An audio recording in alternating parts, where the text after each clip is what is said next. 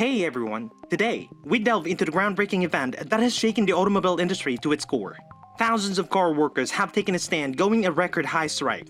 Join us as we explore the reasons behind this unprecedented movement and its potential impact on the future of the automotive manufacturing. Let's dive into the details right now. A pivotal moment in American labor history was the historic strike by the United Auto Workers Union. In order to gain a better understanding of it, let's examine some data and potential directions for future research. Then, what happened? The first simultaneous walkout against all three of the Detroit Big Three automakers, GM, Ford, and Stellantis, took place on October 12, 2023, involving over 15,000 UAW members at its three General Motors factories. This was the first such action in almost 8 decades. The UAW and the automakers are at odds over a number of topics, including pay, benefits, job security, and the use of the temporary labor. These disagreements are what led to the strike. The UAW, which cites rising inflation and stagnating salaries amidst record company profits, demands better benefits and greater compensations for its members. The strike action may also be motivated by worries about impending job losses and the outsourcing of production jobs to Mexico. The UAW wants to restrict the employment of temporary labor, claiming that doing so compromises full-time employees' job security and negotiating leverage. Significant production halts or slowdowns at the GM factories that are affected by the strike could have an effect on other companies in the supply chain. During the walkout, the automakers and the UAW could suffer huge financial losses. The labor movement can be energized by the strike if it garners support and attention from other unions. For many workers, especially those in the car industry, inflation has outpaced pay increases, making it difficult for them to acquire necessities. Concern regarding job security in the car sectors have been raised by automations and globalizations, which has caused fear and uncertainty for workers. Workers have the fundamental rights to negotiate and go on strikes in order to demand better pay, benefits, and working conditions. It may impede productivity and results in financial losses for both businesses and employees. A number of initiatives have been put in place by the Biden administration and other administrations to fight inflation, a complicated problem with many underlying causes. Analyzing government policies in their whole and taking other pertinent elements into account is necessary to determine how they impact employer productivity. Some companies put profit maximization ahead of the welfare of their workers by using techniques including low pay, inadequate benefits, and hazardous working conditions. Businesses may look elsewhere for cheaper labor, which would result in employment losses in the US and financial difficulties for local communities. Corporate lobbying has the power to change laws in their favor at the expense of employees. Internal issues in certain unions, such as bureaucracy, poor administration, and even corruption, cause members to become distrustful and irritated. Some unions, according to the detractors, put workers' protection ahead of efficiency, which could impede innovation and competition. Not all employees share the union's philosophies or think that their services are worthwhile, which breeds discontent and mandatory dues and membership. Because borrowing was inexpensive due to low interest rates, businesses were able to grow or absorb increasing labor expenses without suffering severe financial consequences. Companies were under more pressures from workers to provide better working conditions, better benefits, and higher earnings in a competitive labor market. Due to the low cost of borrowing, many could afford to compromise. Strong employee demand and easy accessible funding caused a slight shift in the power dynamics, giving workers additional negotiating strength. The cost of borrowing for firms has increased dramatically as a result of the recent increase in interest rates. As a result, they are less able to absorb growing labor costs and have less financial flexibility. Companies are already searching for methods to decrease expenses due to narrow margins, which could result in delayed hiring, less benefits. The balance of power between employers and employees may rebalance as the economy changes. Financial restrictions may limit the amount of wiggle room that companies have to accommodate labor demands. Elevated inflation exacerbates the impact of rising interest rates on the financial flexibility of companies by further compressing their budgets. A possible recession would lower consumer spending, affect business revenue, and put more strain on their bottom line. The job market may change as a result of automation and technology improvements, which could have an effect on particular industries and worker demands. Companies and employees alike will have to adjust to the shifting economic conditions, which may require more difficult bargaining and compromises in the near future.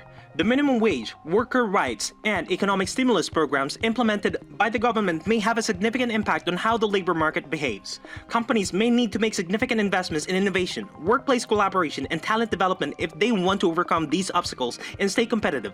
Recall that the state of the economy is ever-changing, and this has a complicated and wide-ranging effect on how the businesses and employees interact. By keeping up with industry development, legislative shifts, and the technical breakthroughs, we can better grasp the nature of work in the future and promote just and sustainable solutions. Consumer budgets may be strained by rising interest rates, inflation, and high automobile prices, which can affect demand for both domestic and imported cars. Sales of conventional cars may be further impacted by shifting consumer preferences towards EVs, smaller, more fuel-efficient cars, or other modes of mobility like public transportations. Some American buyers are drawn to international automakers because they are innovative and provide competitive products at potentially lower prices. But American manufacturers can still compete well if they concentrate on innovation, cutting costs, and creating cars that appeal to shifting consumer tastes. The US auto industry and adjacent industries may see production slowdown and job losses as a result of a drop in domestic sales. To equip workers with new skills and get them ready for possible career transition in the evolving automotive industry, government initiative and industry efforts can concentrate on retraining and upskilling programs. The truth is more complicated than this, which presents the issue as a clear-cut choice between buying an imported or domestic car. Alongside their domestic models, American automakers also provides a range of options, including competitive import-branded cars. There are several international suppliers of parts and components for both local and foreign automobiles, which leads to intricate global interdependencies. Monitor consumer trends, policy changes, and economic statistics to obtain a comprehensive grasp of the changing circumstances. Steer clear of generalization and oversimplification.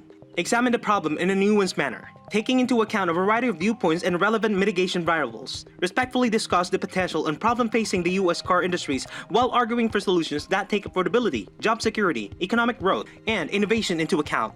Remember that the future of the American car industry may be fashioned by the communal effort towards economic stability, innovation, worker adaptation, and meeting customer requirements in a global market, rather than concentrating just on a possibly binary outcome.